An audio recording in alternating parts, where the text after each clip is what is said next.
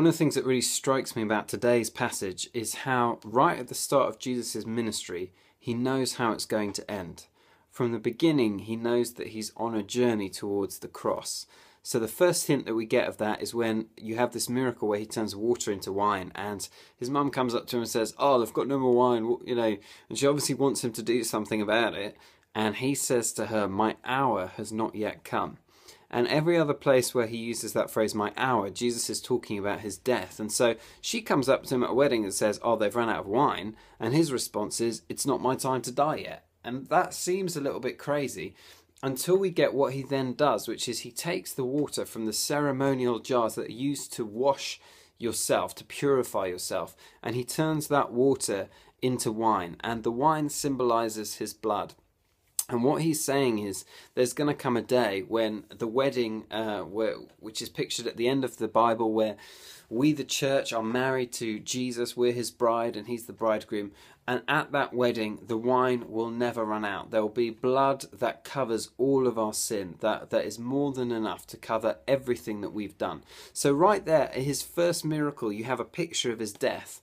And then the next bit where he clears the temple out, he gets the whip and he gets everyone out of the temple, and they say to him, "By what authority are you doing this? Give us a sign." And again, what he says there is he says, "Well, destroy this temple and I'll rebuild it again in 3 days." And it specifically tells us in John that he's talking not about the actual temple that he's in, but about his body. So he knows again from the beginning that he's gonna be killed, and then 3 days later he's gonna be resurrected.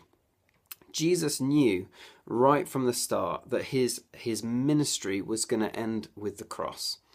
And for all of us who follow him, those of us who call ourselves Christians, we take after Christ, too often we forget that. Too often we expect what's going to happen to us to be an easy ride and an easy journey, and we're surprised when there's sacrifice involved.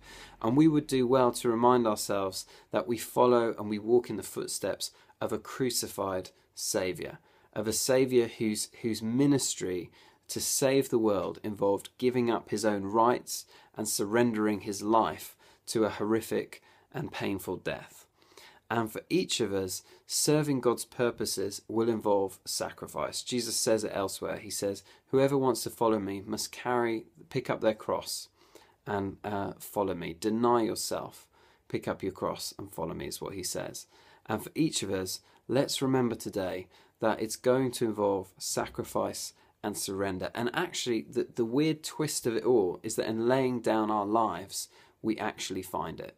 But let's not be surprised by the sacrifice following Jesus entails. And if it isn't entailing any sort of sacrifice at all, perhaps it's time to ask him again, "Lord, what are you asking me to step out in? What are you asking me to give up? Where's the cost that I should expect to see when I'm really going for it with you?"